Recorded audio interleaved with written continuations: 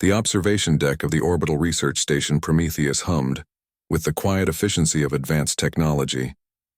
Commander Zia Hassan stood at the reinforced viewport, her dark eyes reflecting the swirling nebula that painted the cosmos in shades of amber and violet. The Kepler 442 system stretched before them, its twin suns casting ethereal light across a cluster of unexplored worlds.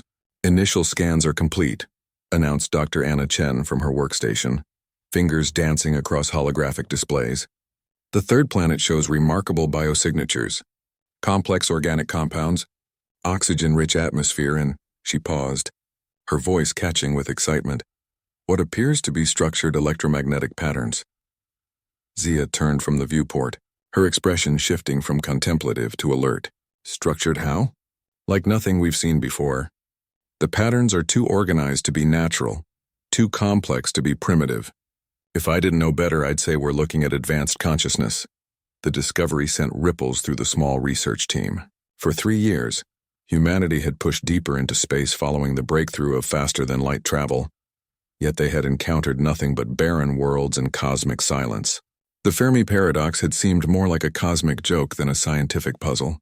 As the Prometheus descended toward the planet's surface, Zia found herself wrestling with protocols and possibilities. First contact procedures had been theoretical exercises until now. The weight of representing humanity pressed against her shoulders like the gravity of an unknown world. The landing site revealed itself as a vast crystalline plain, where structures that defied easy categorization rose like frozen music from the surface. They weren't built so much as grown, their surfaces catching and refracting the alien sunlight into patterns that seemed almost alive. "Zia," Anna whispered through the comm, her voice tight with wonder. "You need to see this." Commander Hassan found Dr. Chen at the edge of the landing zone, her scanner forgotten in her hands as she stared at something beyond the nearest crystal formation. Following Anna's gaze, Zia felt her breath catch in her throat. She was unlike anything in humanity's wildest xenobiological theories. Tall and graceful, with skin that seemed to contain the light of distant stars, the being moved with a fluid elegance that spoke of evolution on a world where beauty and function had merged into one. For somehow Zia knew the being was female. Limbs were elongated and delicate, ending in hands that looked capable of both incredible precision and devastating power. "She's the most beautiful thing I've ever seen," Zia whispered, not realizing she had spoken aloud until Anna's sharp intake of breath reminded her of the open comm channel. As if responding to her words, the being slowly turned around. The face that met Zia's gaze was hauntingly familiar, yet utterly alien.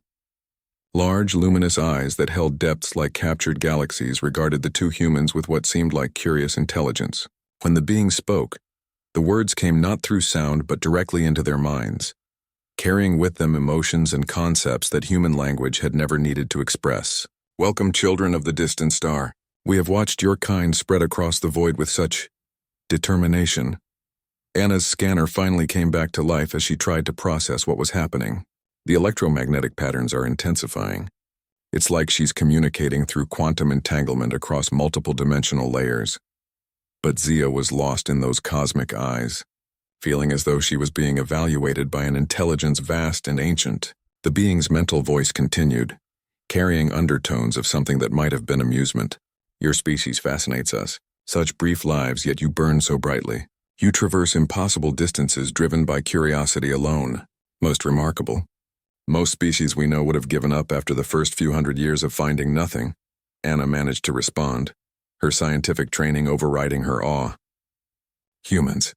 We're stubborn that way." Stubborn. The concept seemed to please the being. "Yes, that is your gift. When others would accept the silence, you continue to call out into the darkness. When others would remain safely on their birth world, you leap into the unknown. Your determination has awakened something in us that we thought lost." More figures began to emerge from the crystal structures, each as gracefully beautiful as the first. They moved with purpose, carrying objects that hummed with unfamiliar energy. Zia's hand instinctively moved to her sidearm, but something in the lead being's posture stopped her. "Do not fear. We bring gifts, not weapons. Your arrival marks the end of our long solitude. For millennia, we have waited for a species with the courage to find us, the wisdom to understand us, and the heart to accept us. As the alien delegation approached, Zia realized this was more than first contact.